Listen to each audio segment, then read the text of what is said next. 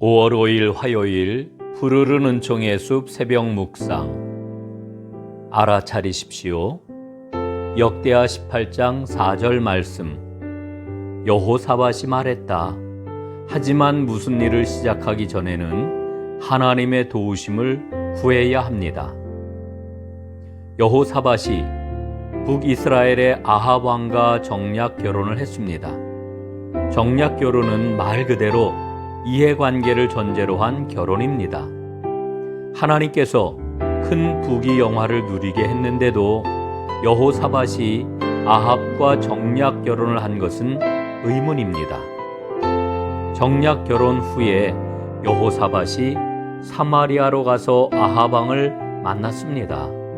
아합 왕은 큰 잔치를 베풀고 여호사밧 왕을 환대했지요.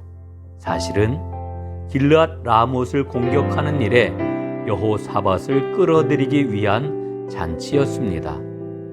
그때 여호사밧이 이렇게 말하지요. 무슨 일을 시작하기 전에 하나님의 인도하심을 먼저 구해야 합니다. 그러자 아합 왕은 자신의 궁중 예언자 400명을 불러서 길르앗 라못을 공격하는 것이 좋은지를 물었습니다. 그들은 한 목소리로 하나님께서 길르앗 라못을 왕에게 넘겨주실 것이라고 했습니다. 하지만 여호사밧은 그들의 말을 못 믿어하면서 다른 선지자가 없는지를 물었습니다. 이때 미가야 선지자가 등장을 합니다. 그는 아합 왕에게 하나님의 진리의 말씀만을 전하였기에 미움을 받아왔습니다. 미가야는 처음에는 아합 왕이 원하는 대답을 주었지만 왕이 거듭 진실을 요구하자 진짜 하나님의 뜻을 전하였습니다.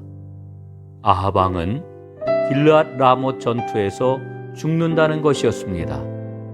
불길한 예언의 말씀을 들은 아합 왕은 왕복을 벗고 변장을 하고 전쟁터에 나갔습니다. 하지만 한 병사가 무심코 쏜 화살에 맞아 하루 종일 고통을 받다가 전차 안에서 죽고 말았습니다. 아합 왕이 하나님의 말씀을 듣고 취한 조치를 보십시오. 예언자 미가야를 가두었습니다. 그리고 전쟁터에 나갔습니다. 전쟁터에서는 왕복을 벗고 왕이 아닌 것처럼 변장을 했습니다. 하지만 아합 왕이 말씀을 듣고 즉각적으로 취할 조치는 전쟁을 포기하는 일이어야 했습니다. 하나님의 말씀을 들었으면 알아차려야 하는 것이지요. 그래야 인도하심을 받을 수 있습니다. 하나님이 오늘도 나에게 말씀하시는 것을 알아차리고 있습니까?